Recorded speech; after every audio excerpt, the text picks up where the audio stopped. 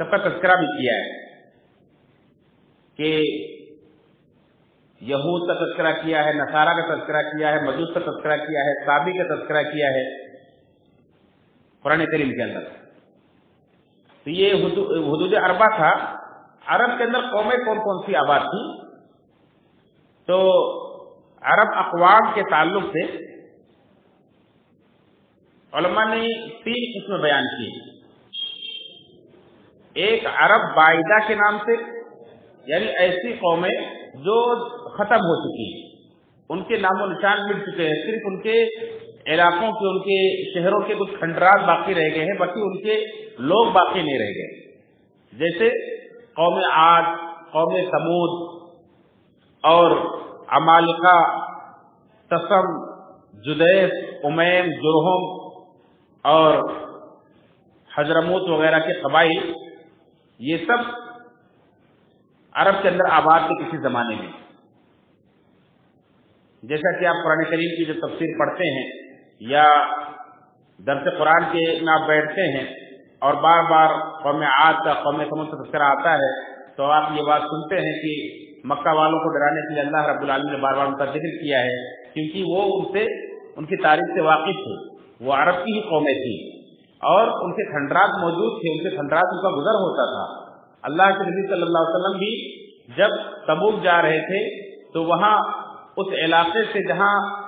قوم ثمود کے کھنڈرات سے، وہاں سے آپ کا گزر ہوا تھا، جہاں اللہ رب العالمین نے صالح علیہ السلام کو نبی بنا کر کے بھیجا تھا۔ قوم ثمود کی طرف اللہ رب العالمین نے صالح علیہ السلام کو نبی بنا کر بھیجا تھا، اور قوم عاد کی طرف اللہ رب العالمین نے ہود علیہ السلام کو نبی بنا کر کے بھیجا تھا۔ تو اس طرح سے جسے مدائن صالح بھی کہا جاتا ہے، جو حجر کے علاقے میں موجود ہے، اور یہ جو قبائل تھے ان کے اندر بادشاہی نظام قائم تھا، اور یہ مصر سے لے کر کے شام تک کے علاقوں میں پھیلے ہوئے تھے۔ اور اسی طرح سے دوسری عرب قوم ہے عرب عاربہ، جسے کہا جاتا ہے عرب عاربہ، اصل عرب قوم، جو عرب کے رہنے والے اصل لوگ ہیں، جن کا تعلق یمن سے تھا۔ یہ عرب قحطانی عرب بھی کہے جاتے ہیں۔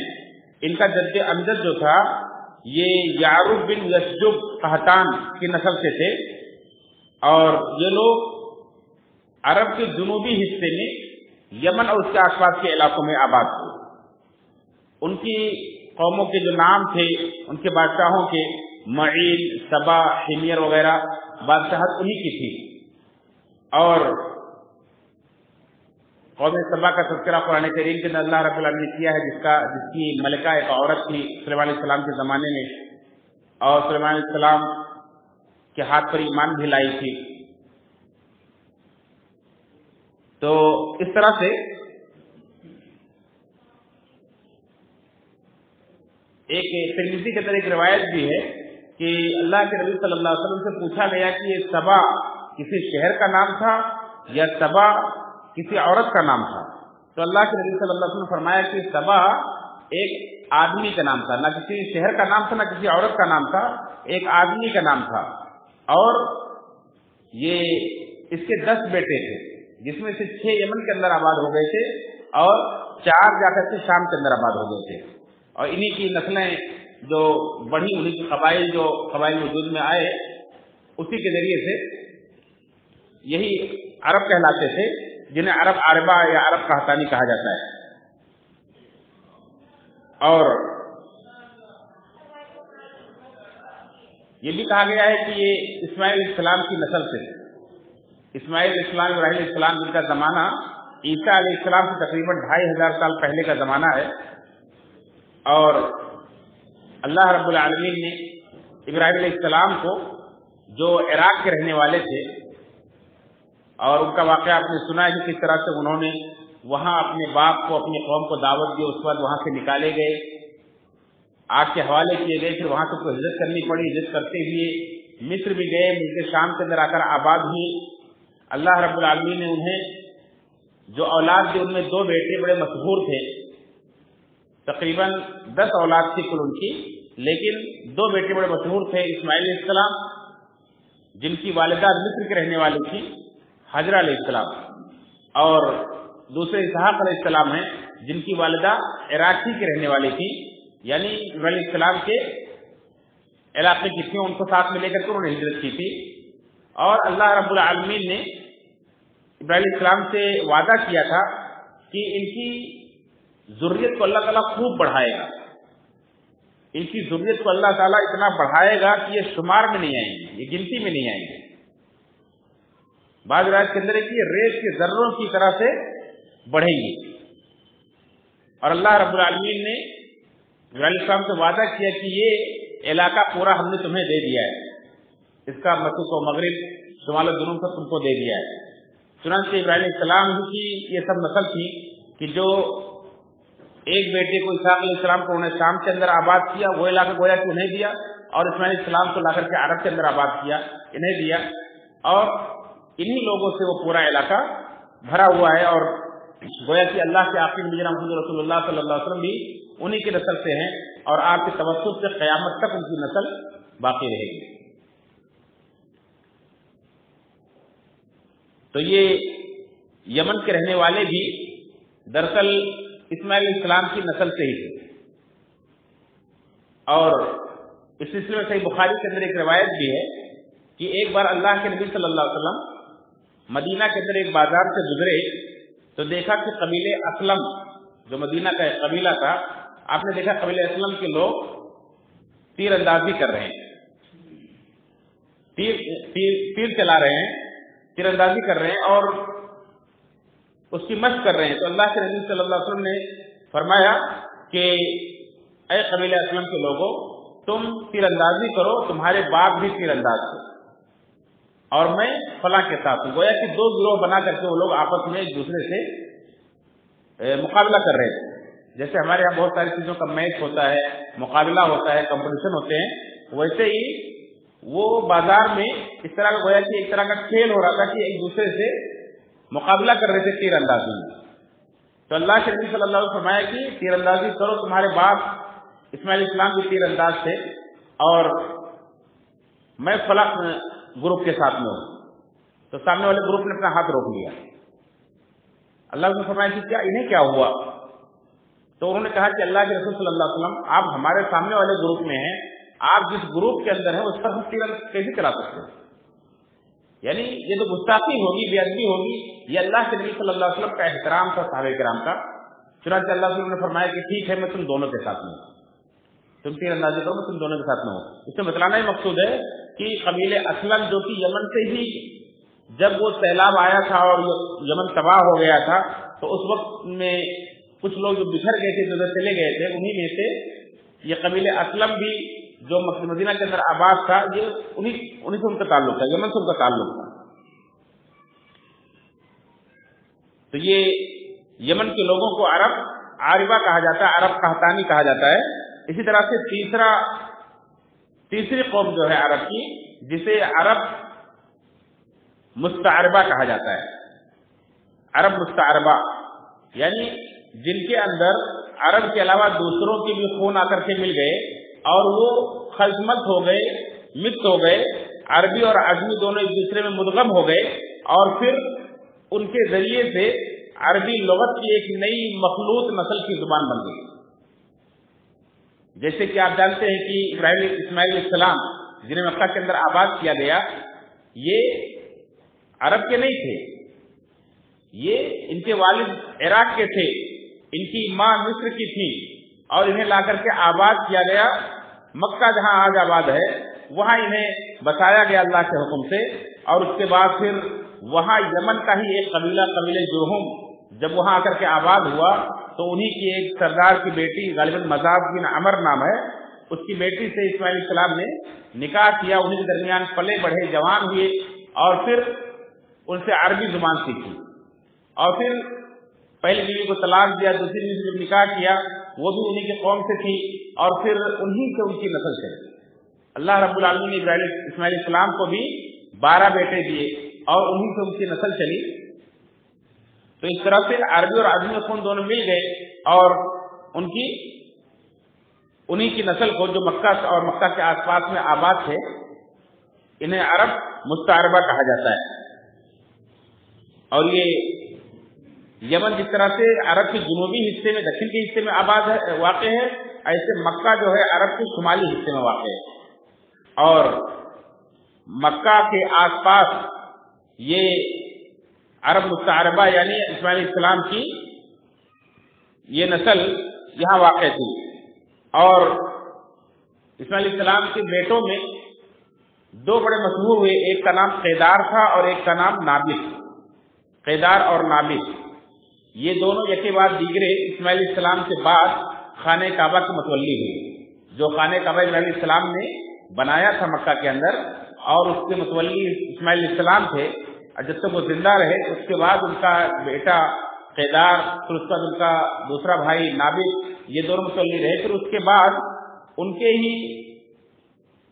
ننیحال والے ہوئے قبیلے جرہم کے لوگ اس پر قابض ہو گئے، اور پھر دھیرے دھیرے ان کے اندر یہاں تک دوری پیدا ہوئی کہ دھیرے دھیرے قبیلے جرہم کو لوگ اس طرح سے غالب آئے کہ ایک مدت کے بعد اسماعیل علیہ السلام کے خاندان والوں کو وہاں سے نکال دیا۔ یعنی اسماعیل علیہ السلام کے خاندان والے وہاں سے مکہ چھوڑنے پر مجبور ہو گئے۔ پھر اسماعیل علیہ السلام کی نسل میں آگے چل کر کے تقریباً 40ویں پشت میں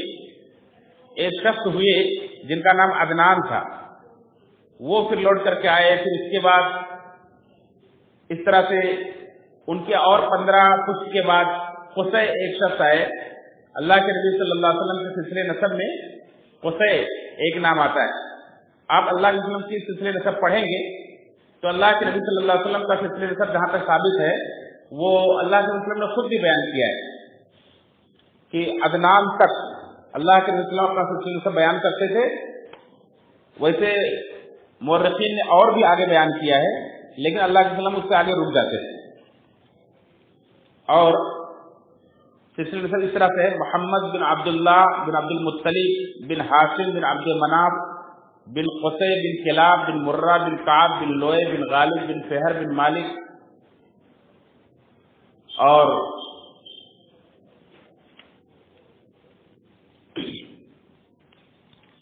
بن فہر بن غالب بن کنانہ بن مدرکہ بن الیاس بن مضر بن نزار بن معد بن عدنان بن عد۔ اس طرح سے عدنان تک اللہ کے نبی صلی اللہ علیہ وسلم خود بھی اپنا سلسلہ نسب بیان کرتے تھے۔ تو اسی میں قصی جو نام ہے، انہوں نے پھر سے اپنی نسل کے لوگوں کو، بنو کنانہ کو جمع کیا، جنہیں قریش کہا جاتا ہے۔ اور اس کے بعد قریش بھی آخر تک غالب رہے، اور انہی کی قصی کی موجودگی میں ہی بہت سارے عہدے تقسیم کیے گئے، اور انہوں نے ہی جنگ کا جو جھنڈا ہوتا ہے، لیوا جسے کہتے ہیں، وہ انہوں نے ایجاد کیا۔ اس طرح سے مکہ کے خانہ کعبہ کے پاس میں ایک گھر تعمیر کا، جس کو دار الندوہ کہا جاتا ہے، جہاں ان کی کمیٹی کی میٹنگ ہوا کرتی تھی، اور اس طرح سے گویا کہ انہیں لا کر کے وہاں منظم کر دیا، اور ایک قبیلے کی شکل میں ایک حکومت قائم کر دی، ایک سرداری کا نظام قائم ہو گیا۔ اور اس کے بعد اللہ کے نبی صلی اللہ علیہ وسلم کی بعثت تک انہی کے خاندان کے لوگ ایک کے بعد ایک سردار ہوتے رہے، یہاں تک کہ عبد المطلب بھی جو اللہ کے نبی صلی اللہ علیہ وسلم کے دادا ہیں، ان کے بعد پھر ابو طالب یہ تک سردار کی حیثیت سے وہاں رہتے تھے۔ اور پھر ابو جہل، پھر ابو سفیان کے سرداری میں اللہ کے نبی صلی اللہ علیہ وسلم کے ہاتھوں مکہ فتح ہوا اور اسلام کے زیر نگراں گیا تھا۔ تو عدنان کے بیٹوں میں سے دو بیٹے تھے۔ عدنان کا ایک بیٹا معد اور معد کا ایک بیٹا نزار۔ نزار کے دو بیٹے تھے، مضر اور ربیہ۔ ان سے دو قبیلے وجود میں آئے، مضر، قبیلے مضر، قبیلے ربیہ۔ اللہ کے نبی صلی اللہ علیہ وسلم قبیلے مضر سے تعلق رکھتے تھے۔ تو یہ پورا قریش کا خاندان کہلاتا ہے، اس سے مختلف شاخیں ہیں، مختلف قبیلے ہیں۔ اسی طرح سے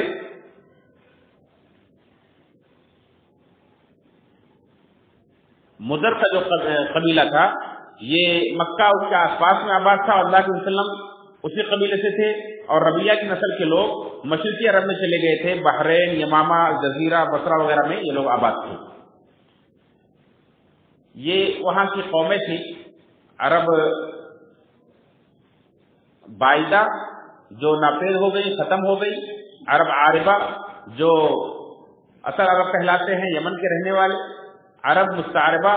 جو اسماعیل علیہ السلام کی نسل سے ہیں اور جو مکہ اس کے آس پاس میں آباد تھے، یہ قومیں تھیں۔ ان کی تہذیبیں کیا تھیں؟ ان کی تہذیبوں کے سلسلے میں کچھ تو قرآن کریم کے اندر عرب بائدہ یعنی قوم عاد، قوم ثمود وغیرہ کے تعلق سے آپ نے پڑھا اور سنا ہے کہ وہ لوگ پہاڑوں کو تراش کر گھر بناتے تھے، بادشاہی کا نظام ان کے یہاں قائم تھا، اور اس طرح سے اللہ رب العالمین نے انہیں طاقت و قوت میں اور ان کی تعداد میں بیٹوں سے انہیں نوازا تھا، انہیں باغات سے نوازا تھا، جیسا کہ اللہ رب العالمین قرآن کریم کے اندر ذکر کیا ہے۔ اس سلسلے میں سورہ شعراء کی آیت نمبر 132 سے 134 آپ پڑھیں گے، اللہ نے فرمایا کہ سورہ قوم عاد کے تعلق سے جو کہ احقاف میں واقع تھی، فرمایا واتقوا الذی امدکم بما تعملون امدکم بانعام وبنین وجنات وعیون، کہ اس اللہ سے ڈرو جس نے تمہیں خوب زیادہ کیا ہے، تمہیں طاقت و قوت میں تمہارے کاموں میں اللہ رب العالمین تمہیں برکت دی ہے، اور تمہیں خوب بڑھایا ہے چوپائے اور جانوروں میں اور اولاد میں بھی، اور تمہیں وہ جنات و عیون اور باغات اور نہریں تمہیں عطا کی۔ اسی طرح سے قوم ثمود جو حجاز کے اندر آباد تھی، جس کے اندر 44 نبی بنا کر بھیجے گئے تھے، ان کا تذکرہ کرتے ہوئے اللہ رب العالمین نے اسی سورت کے اندر فرمایا کہ اتترکون فیما ہاہنا آمنین، کیا تم یہ سمجھتے ہو کہ تمہیں امن و امان کے ساتھ یہاں چھوڑ دیا جائے گا؟ فی جنات و عیون، انہی باغوں اور نہر و چشموں کے اندر، وزروع ونخل طلعها حدید، اور اس کھیتی کے اندر اور اس کھجور کے باغات میں جس کے خوشے بڑے نرم ہوتے ہیں، وتنحتون من الجبال بیوتا فارہین، اور تم اتراتے ہوئے پہاڑوں کو تراش کر کے گھر بناتے ہو۔ اس طرح سے ان کی اس تہذیب کا، ان کے کلچر کا اللہ رب العالمین نے مختلف مقامات قرآن کریم کے اندر ذکر کیا ہے، جس سے پتہ چلتا ہے کہ یہ لوگ کھیتی باڑی بھی کرتے تھے، یہ لوگ باغات بھی لگاتے تھے، اسی طرح سے یہ لوگ بہت سارے ہنر بھی جانتے تھے، پہاڑوں کو تراش کر گھر بھی بناتے تھے، اور اللہ رب العالمین نے انہیں طاقت و قوت اور تعداد سے بھی انہیں نوازا تھا۔ اسی طرح سے یہ تو عرب بائدہ تھے، قوم عاد کی، قوم عاد و ثمود کی قومیں تھی۔ اسی طرح سے قوم عرب عاربہ جو ہے یمن کے لوگ، ان کی تہذیب کیا تھی، یہ لوگ کیا کرتے تھے؟ تو اس سلسلے میں اللہ رب العالمین نے یمن کا تذکرہ بھی قرآن کریم کے اندر کیا ہے، قوم سبا کا تذکرہ کیا ہے، اور ابھی میں نے ذکر کیا کہ یمن کی وادی بڑی خوبصورت وادی، کہ اس کے آگے گویا کہ ہندوستان کے اندر جو خوبصورت وادیاں ہیں، کشمیر کی، شملہ وغیرہ کی اور دوسری جگہوں کی، انہیں بھی رکھ کا ہے، وہ اتنی خوبصورت ہیں۔ اور اللہ رب العالمین نے جس انداز میں اس کا ذکر کیا ہے، سورہ سبا آپ پڑھیں گے، اللہ نے فرمایا لقد كان لسبع في مسكنهم آية، قوم سبا کے لیے ان کے ٹھکانوں میں بڑی نشانی ہے۔ جنتان عن یمین و شمال، جنہیں اللہ تعالیٰ نے دو باغ عطا کیے جو ان کے دائیں اور بائیں، اور اللہ نے کہا کلوا من رزق ربکم واشکروا لہ، اللہ رب العالمین کا دیا ہوا رزق کھاؤ اور اللہ کا شکر ادا کرو۔ بلدۃ طیبۃ ورب غفور، یہ بہت ہی پاکیزہ شہر ہے اور رب بھی تمہارا بڑا بخشنے والا، تمہارا رب بھی بڑا بخشنے والا ہے۔ اس طرح سے اللہ رب العالمین نے ان کی خوشحالی کا تذکرہ کیا ہے، اور پھر آگے کی آیات میں ان کی سرکشی کا، ان کی بغاوت کا اور ان کے اعراض کا ذکر کیا ہے، اور کس طرح سے تباہ و برباد ہوئے اس کا بھی ذکر کیا ہے۔ لیکن اس سے پہلے لوگ بڑے خوشحال تھے. بعد میں ان کے اندر اللہ رب العالمین کے دین کو چھوڑ بیٹھے، نبیوں کا انکار کیا، کفر کے راستے پر چل پڑے، بت پرستی اور سورج پرستی اور مظاہر پرستی پر لگ گئے، تو اللہ رب العالمین نے انہیں تباہ و برباد کر دیا. جیسا کہ مفسرین کہتے ہیں کہ اللہ رب العالمین نے کافر قوموں کو ہی تباہ کیا ہے، لہذا یہ بھی جب تک اللہ کے شکر گزار بندے رہے تب تک اللہ رب العالمین نے تباہ نہیں کیا ہے. اسی طرح سے اللہ رب العالمین نے ان کے ایک اور خوشحالی کا تذکرہ کیا، فرمایا وَجَعَلْنَا بَيْنَهُ وَبَيْنَ الْقُرَى الَّتِي بَارَكْنَا فِيهَا قُرًى ظَاهِرَةً وَقَدَّرْنَا فِيهَا السَّيْرَ، کہ ہم نے ان کے درمیان اور ان بستیوں کے درمیان جن میں ہم نے برکت دے رکھی ہے، یعنی یمن اور شام، ملک شام کے درمیان قرى ظاہرہ بہت ساری بستیاں ہم نے بنائی تھی. وقدرنا فیہا السیر، اور ہم نے ان کے لیے وہاں سے سفر کرنا ان کے لیے میسر کر دیا، اور کہا تھا سیروا فیہا لیالی و ایاما آمنین، اس میں سفر کرو دن کے وقت بھی رات کے وقت بھی امن و امان کے ساتھ. یعنی ایک طرف تو ان کا شہر بڑا پاکیزہ، ان کے باغات بڑے ہرے بھرے تھے، اور دوسری طرف دوسرے ملکوں سے میں آنے جانے کے لیے اللہ رب العالمین نے یہ سہولت رکھی تھی کہ بڑے نزدیک نزدیک بستیاں تھیں، اور نزدیک بستیوں سے بہت سارے فائدے ہوتے ہیں کہ انسان کو امن و امان حاصل ہوتا ہے، لٹ جانے کا ڈر نہیں ہوتا ہے، دوسرے کھانے پینے کی کمی نہیں ہوتی ہے کہ بہت زیادہ راہ اور توسا لے کے چلنا پڑے. ایک جگہ سے دوسری جگہ اگر خالی ہاتھ بھی سفر کرتے تو آسانی سے اس کو پھر کھانے پینے کی چیزیں مل جاتی ہیں. مفسرین کہتے ہیں کہ اتنے قریب قریب بستیاں تھیں کہ ایک آدمی دوپہر میں اگر کہیں کسی بستی میں اور شہر میں قیام کرتا تھا اور وہاں ٹھہرتا تھا، اپنی ضرورت پوری کرتا تھا، پھر وہاں سے سفر کرتا تھا تو رات ہونے سے پہلے دوسری بستی میں پہنچ جاتا تھا، پھر وہاں قیام کرتا تھا، پھر اس کے بعد دوپہر تک دوسری بستی میں پہنچ جاتا تھا. اس طرح سے یمن سے لے کر کے شام تک ان کا سفر ہوتا تھا. قریب قریب بستیاں تھیں جس سے ان کے لیے بڑا امن و امان تھا، اور ان کے لیے کھانے پینے کی بڑی سہولت تھی. تو انہوں نے خود ہی اپنے لیے چنا یہ کہ انہوں نے کہا ربنا باعث بین اسفارنا، اللہ ہمارے سفر کو لمبا کر دو. خود انہیں یہ چیز پسند نہیں ہے. اللہ رب العالمین نے پھر انہیں کس طرح سے تباہ برباد کیا سورہ سبا کے اندر آپ پڑھ سکتے ہیں. ان کے ایک شبد کا، ایک ڈیم کا تذکرہ کیا گیا ہے. یعنی یہ اللہ رب العالمین نے انہیں ایسے ہنر سے نوازا تھا کہ جو ان کے یہاں بارش ہوتی تھی، یہ تجارت کے لیے سفر بھی کرتے تھے، یعنی تجارت پیشہ بھی تھے، کھیتی باڑی بھی کرتے تھے، باغات بھی تھی، اور یہ ہنر بھی جانتے تھے، بہترین قسم کے انجینئر بھی تھے. انہوں نے وہ بارش ہو کر کے اور اس کا پانی یا تو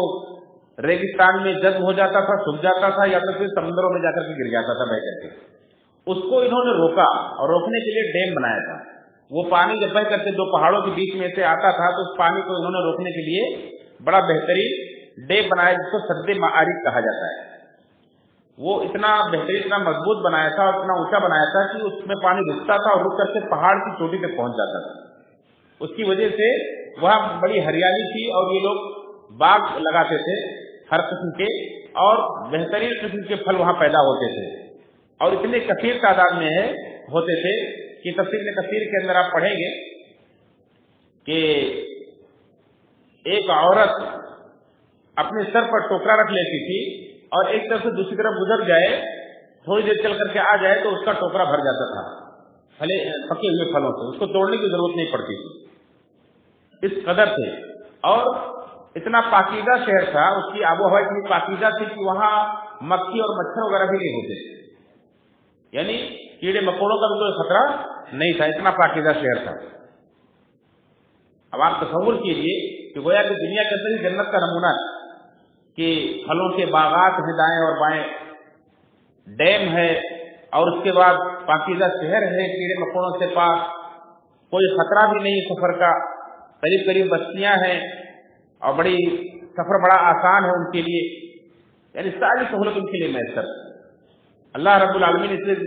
تذکرہ کرتے فرمایا کلوا من رزق ربکم، کھاؤ اپنے رب کی روزی کو، واشکروا لہ، اور اللہ کا شکر ادا کرتے رہو۔ بلدۃ طیبۃ ورب غفور، بڑا پاکیزہ شہر بھی ہے، تمہارا رب بھی بڑا بخشنے والا ہے۔ یعنی کہ تم سے غلطیاں بھی ہو جائیں، گناہ بھی ہو جائے، تو تم اللہ سے اگر رجوع کرتے رہو، معافی مانگتے رہو، تو اللہ بخشتا بھی رہے گا، تمہاری پکڑ نہیں کرے گا۔ اس میں بڑا سبق یہ ہے کہ اللہ رب العالمین اگر آپ کو خوشحالی سے نوازے، اگر اللہ تعالیٰ آپ کو امن و امان سے نوازے، اگر اللہ تعالیٰ آپ کو ساری سہولتیں میسر کرے، تو آپ کے لیے یہ کوئی خطرے کی بات نہیں ہے۔ کب تک؟ جب تک کہ آپ کے اندر شکر گزاری ہے۔ اگر وہ چیز آپ کو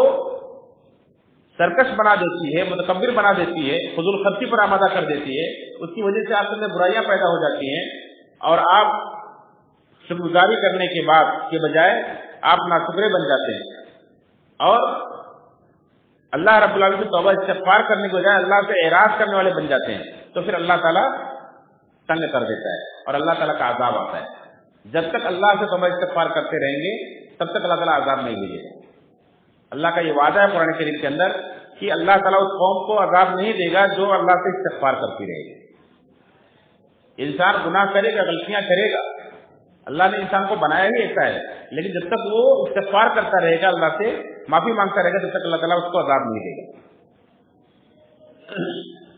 اس سلسلے میں تھوڑا سا ذکر کروں کہ کس طرح سے وہ ڈیم پھٹا اور کس طرح سے تباہ ہوا اور کس طرح سے سیلاب آیا، جس کو اللہ نے فرمایا کہ فَأَرْسَلْنَا عَلَيْهِمْ سَيْلَ الْعَرِمِ فَبَدَّلْنَاهُمْ جَنَّتَيْنِ بِجَنَّتَيْنِ ذَوَاتِ أُكُلٍ خَمْسٍ وَعَسَلٍ وَشَيْءٍ مِّن سِدْرٍ قَلِيلٍ، کہ ہم نے ان کے اوپر ایک پانی کا سیلاب بھیج دیا، اور جس سے ان کا ڈیم پھٹ گیا، اور اس کے بعد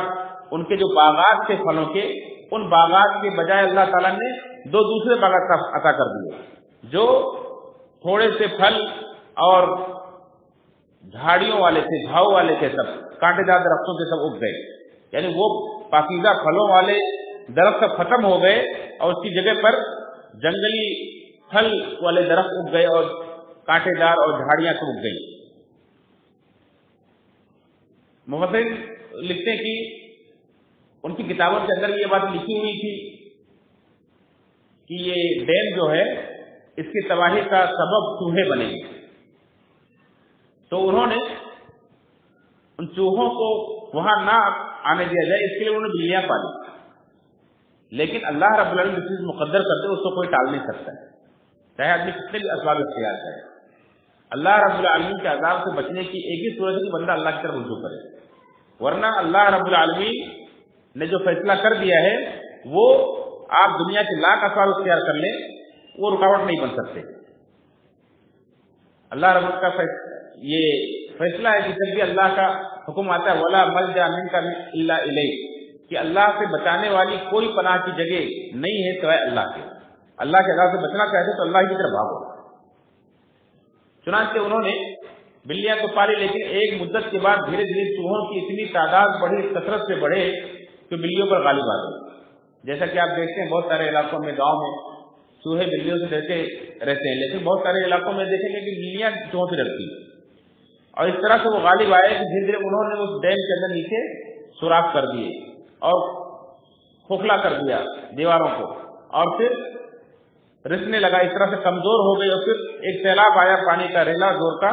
کہ اسے گرا دیا، ڈھہ گیا، اور پھر وہ بہت سارے لوگ اس میں بہہ گئے، مر گئے، اور کچھ لوگ وہاں سے منتقل ہو گئے دوسرے علاقوں میں، اور ادھر ادھر جا کر کے عرب میں پھیل گئے۔ اس میں یہ بھی درس اور سبق ہے کہ اگر آپ کے علاقے میں کوئی تکلیف دہ مخلوق بھی اگر اللہ کی بڑھ رہی ہے تو انسان کو چوکنا ہو جانا چاہیے۔ ایک مچھر ہی کیوں نہ ہو، اگر وہ حد سے زیادہ بڑھ گئے ہیں تو انسان کو ڈرنا چاہیے کہ کہیں اللہ کی طرف سے کوئی عذاب تو نہیں، کوئی پکڑ تو نہیں۔ کوئی بھی چیز حد سے زیادہ بڑھ جائے تو کوئی بیماری کا سبب بن سکتا ہے، کوئی تباہی کا سبب بن سکتا ہے، عذاب بھی ہو سکتا ہے۔ اس لیے اس کو دواؤں سے ختم کرنے کے بجائے اللہ کی طرف رجوع کرنا چاہیے، اسباب اختیار کیا جائے، لیکن اس سے زیادہ فوراً چوکنا ہونے کا مطلب یہ ہے کہ اللہ کی طرف رجوع کیا جائے، اپنا محاسبہ کیا جائے، اپنے گناہوں کا جائزہ لیا جائے، جو سے اللہ کے عذاب سے بچانے والی ہے۔ تو یہ تجارتی سفر بھی کرتے تھے، اور خود ان کا علاقہ بھی تجارت کا مرکز تھا، لوگ تجارت کے لیے یہاں آتے جاتے تھے، مصر سے،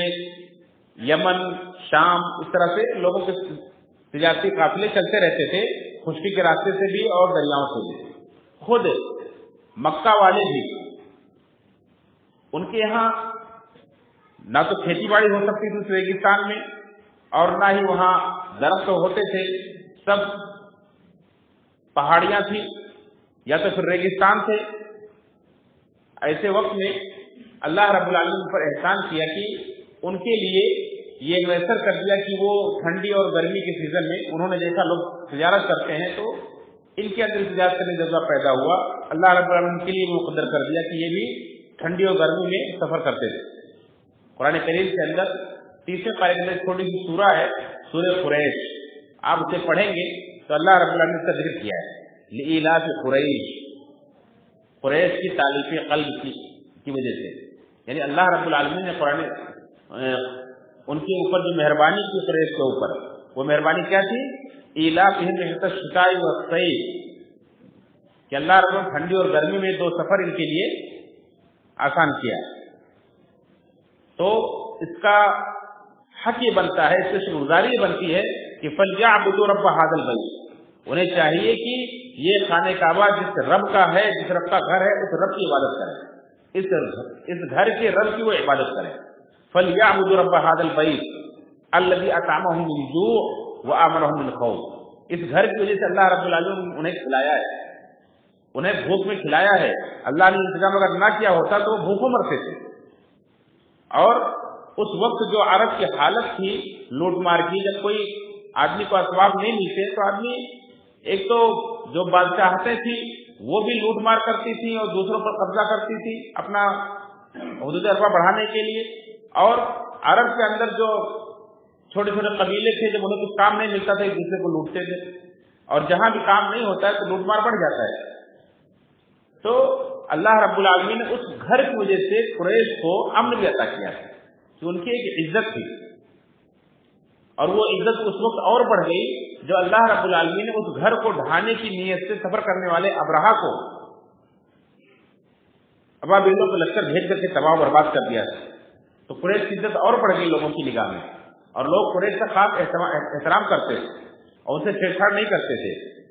جس کی بنا پر یہ آسانی کے ساتھ تجارت کرنا ان کے لیے ممکن ہوا کہ یہ گرمی کے دنوں میں یمن کی طرف جاتے تھے، کیونکہ مکہ کے مقابلے میں یمن کا علاقہ جو تھا وہ ٹھنڈا تھا، تو گرمی کے دنوں میں یہ یمن کی طرف سفر کرتے تھے اور وہاں جا کر کے وہاں سے تجارت کرتے تھے۔ تو ایک تو تجارت بھی ہو جاتی تھی، دوسرا انہیں گرمی کے دنوں میں ٹھنڈے علاقوں میں آدمی جانا پسند کرتا ہے، اور جانے سے جو اسے سکون اور راحت ملتی ہے وہ بھی انہیں حاصل ہوتا ہے۔ اسی طرح سے ٹھنڈی کے دنوں میں یہ ملک شام کا سفر کرتے تھے اور وہاں تجارت کرتے تھے، کیونکہ شام کا علاقہ جو تھا وہ عرب کے مقابلے میں زیادہ گرم تھا، تو ٹھنڈی کے دنوں میں یہ وہاں چلے جاتے تھے اور ٹھنڈی کے دنوں میں گرم علاقے میں جا کر کے راحت و سکون محسوس کرتے تھے، تو تجارت بھی ہو جاتی تھی اور انہیں اس عرب کی ٹھٹھرتی ہوئی سردی سے انہیں نجات بھی مل جاتی تھی۔ تو یہ اللہ رب العالمین نے احسان کے طور پر ذکر کیا ہے، اور اس سے عرب کا کلچر بھی معلوم ہوتا ہے، اس کی تہذیب معلوم ہوتی ہے کہ یہ لوگ بھی اس طرح سے سفر کیا کرتے تھے، تجارتی سفر بھی کیا کرتے تھے۔ ان کے یہاں کھیتی باڑی وغیرہ نہیں ہوتی تھی، ان کا گزارا اسی پر ہوتا تھا، یا تو پھر لوگ خانہ کعبہ کی زیارت کے لیے دور دراز سے آتے تھے اور وہاں بھی ان کی تجارت ہو جاتی تھی اس وجہ سے، اور بہت سارے نذرانے اور چڑھاوے بھی وہاں سے لوگ لے کر کے آتے تھے جو ان کی خدمت کرتے تھے اور ان کا بھی فائدہ ہوتا تھا اس طرح سے۔ ورنہ ان کی حالت یہ تھی کہ سید سلیمان منصور پوری رحمۃ اللہ علیہ نے تذکرہ کیا ہے کہ چونکہ باہر کے ملکوں کا، ایران کا یا روم کا ان کے اوپر قبضہ نہیں تھا اور کوئی ملک ان کے اوپر قابل نہیں ہو سکتا تھا، یہ لوگ آزاد تھے، تو اس آزادی کی وجہ سے ان کا کوئی دشمن نہیں، تو ان کی ساری طاقتیں، ساری قوتیں اپنوں پر اس طرف ہوتی تھی، یہ آپس میں ہی ان کی جنگیں چلتی رہتی تھی۔ کہتے ہیں کہ اگر انسان کوئی باہری دشمن نہ ہو تو وہ اپنوں سے لڑنا شروع کر دیتا ہے، تو ان کی یہ حالت تھی کہ یہ آپس میں دوسرے سے لڑتے رہتے تھے۔ اور اسی طرح سے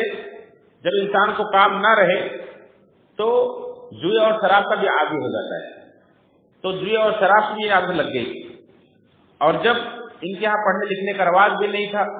جہالت عام ہوئی، اسلام کی اسلام کے دین سے دوری جب ہوئی تو ان کے اندر توحید پرستی بھی آ گئی، جس کی وجہ سے یہ بت کی پوجا بھی کرنے لگے، بت پرستی بھی ان کے اندر آ گئی. تو اس طرح سے یہ زوال کی طرف چلے گئے. لیکن اس گئے گزرے دور میں بھی اللہ رب العالمین کا یہ احسان تھا ان کے اوپر کہ ان کے اللہ رب العالمین نے امن عطا کیا تھا. اللہ رب العالمین نے انہیں کھانے پینے کا انتظام کر دیا تھا. تو یہ کچھ باتیں تھی عرب اقوام اور ان کی تہذیبوں کے تعلق سے. انشاءاللہ اس کے بعد عرب کے دیگر حالات، اس کی دینی، سیاسی اور اخلاقی اور حالات کے تعلق سے کچھ باتیں 5 وقت میں بیان کی جائیں گی. اور یہ سلسلہ انشاءاللہ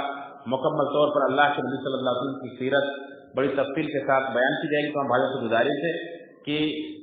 اس پروگرام میں پابندی کے ساتھ شرکت کریں تاکہ اللہ کے نبی صلی اللہ علیہ وسلم کی زندگی کو ہم اچھے طریقے سے سمجھ سکیں، اور اس وقت کے وہاں کے جو حالات تھے، جن حالات میں ہمارے نبی صلی اللہ علیہ وسلم نے اللہ کے پیغام کو پہنچایا، سارے حالات کا سامنا کیا اور ان کو برداشت کیا اور اس پورے حالات کو بدلا، تبدیل کیا. یہ کوئی معمولی کارنامہ نہیں ہے. دنیا کے بڑے بڑے دشمن بھی اس بات کو مانتے ہیں کہ جناب خود رسول اللہ صلی اللہ علیہ وسلم کے جیسا انسان دنیا کے اندر دوسرا نہیں دیکھا گیا ہے، جس نے اتنی کم مدت میں اتنی بگڑی ہوئی قوم کو جنہوں نے ترقی کے آسمان پر پہنچا دیا ہو. لہذا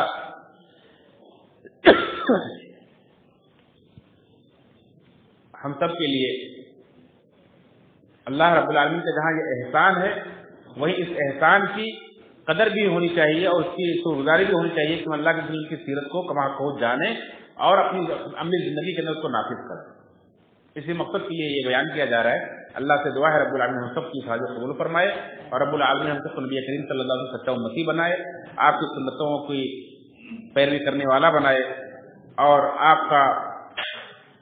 قیامت کے دن آپ صلی اللہ علیہ وسلم کا ساتھ نصیب فرمائے. اقول قولی هذا استغفر الله لي ولكم ولسائر المسلمين من كل ذنب فاستغفروه انه هو الغفور الرحيم واخر دعوانا الحمد لله رب العالمين.